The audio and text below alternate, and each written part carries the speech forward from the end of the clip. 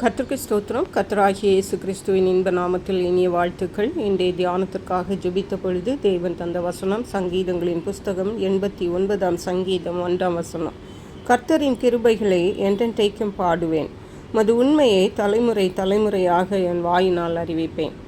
நம்முடைய கர்த்தராகிய இயேசு கிறிஸ்து கிருபை நிறைந்தவர்.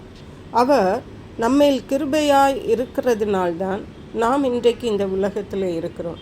நாம் தேவனுக்கு விரோதமாக பாவம் செய்கிறவர்கள், ஆனால் தேவனுடைய கிருபையினாலே அவைகளெல்லாம் மன்னித்து நம்மை இந்த ஜீவனுள்ளோர் தேசத்திலே தேவன் வைத்திருக்கிறார். ஆகவே தான் இங்கே சொல்லப்பட்டிருக்கிறது, கர்த்தரின் கிருபைகளை என்றென்றைக்கும் பாடுவேன். தேவனுடைய கிருபைக்கு நம்முடைய வாழ்க்கையிலே முக்கியத்துவம் கொடுக்க வேண்டும். இந்த உலகத்தில் பலவிதமான சோதனைகள் கண்ணிகள் எல்லாவற்றையும் நாம் கடந்துதான் வாழ வேண்டியது இருக்கிறது. தேவனுடைய கிருபை இல்லாவிட்டால் அது சாத்தியமல்ல. ஆகவே இந்த கிருபையை நாம் அனுபவித்து கொண்டு போகிறவர்களாக மட்டுமல்ல, இந்த கிருபையை நாம் பாடுகிறவர்களாய் காணப்பட வேண்டும். உமது உண்மை தலைமுறை தலைமுறையாக என் வாயினால் அறிவிப்பேன். ஹல்லேலூயா. அருமையான கர்த்தருடைய பிள்ளைகளே, தேவன் உண்மையுள்ளவராயிருக்கிறார். நாம் அவருக்கு உண்மையுள்ளவராயிருக்கிறோமோ இல்லையோ, தேவன் நமக்கு உண்மையுள்ளவராயிருக்கிறார். அவருடைய உண்மையை நாம் பாட வேண்டும், அவருடைய கிருபைகளை நாம் பாட வேண்டும். தலைமுறை தலைமுறையாக நாம் கர்த்தருடைய கிருபைகளையும் உண்மையும் நாம் பாடி வாயினால் நாம் அறிவிக்கிறவர்களாய் காணப்பட வேண்டும்.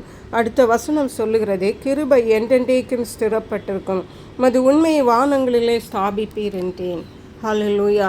புலம்பல் எழுதின புத்தகம் 3 சொல்லுகிறது, நாம் நிர்மூலமாகாதிருக்கிறது கர்த்தருடைய கிருபையே, அவருடைய இரக்கங்களுக்கு முடிவில்லை, அவைகள் காலை தோறும் புதியவைகள், உமது உண்மை பெரிதாயிருக்கிறது.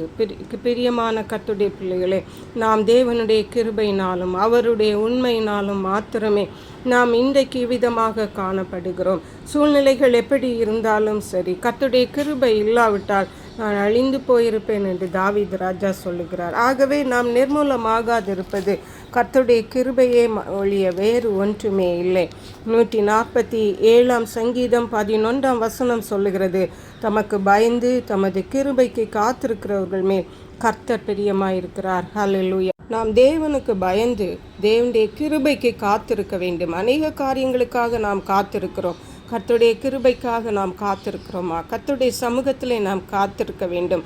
அதை தான் நாம் செய்ய வேண்டியது இருக்கிறது. தேவனுடைய கிருபை இல்லாவிட்டால் இந்த உலகத்திலே நமக்கு என்ன இருந்தாலும் நாம் ஒரு நிமிஷம் கூட வாழ முடியாது, சந்தோஷமாய் இருக்க முடியாது. அவ்வளவு பொல்லாப்பான உலகத்திலே நாம் வாழ்ந்து கொண்டிருக்கிறோம். அருமையான கர்த்தருடைய பிள்ளைகளே, கர்த்தருடைய கிருபையை பற்றி கொள்ளுவோம், சந்தோஷமாய் வாழ்வோம். கர்த்தர் தாமே அதற்கேற்ற கிருபைகளை நமக்கு தந்தருளுவாராக. ஜெபிப்போம். எங்களை கிருபையை நேசித்து பாதுகாத்து வழி நடத்துகிற எங்கள் அன்பின் தகப்பனே, ஆசீர்வதிக்கப்பட்ட இந்த நல்ல நாளுக்காக நன்றி. இந்த நாளில் கர்த்தருடைய கிருபையினாலே மாத்திரம்தான் நாங்கள் பிழைத்திருக்கிறோம் என்று எங்களுக்கு திட்டமும் தெளிவுமாக பேசியிருக்கீங்கப்பா. அப்படியே தேவன் சொன்னது போல கர்த்தருடைய கிருபைக்கு நாங்கள் காத்திருந்து பிழைக்க மகிழ உதவி செய்வீராக. நன்றி பரிசுத்த ஆவியானவரை, துதிகன மகிமை மக்கே செலுத்துகிறோம்.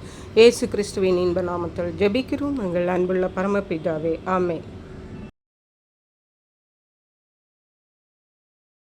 இயேசு கிறிஸ்துவின் சுவிசேஷம் ஒவ்வொருவரையும் சென்றடையும்படியாக இந்த செய்தியை உங்கள் நண்பர்களுக்கு அனுப்பி வைக்குமாறு தாழ்மையுடன் கேட்டுக்கொள்ளுகிறேன். கர்த்தர் தாமே உங்கள் அனைவரையும் அபரிதமாய் ஆசீர்வதிப்பாராக.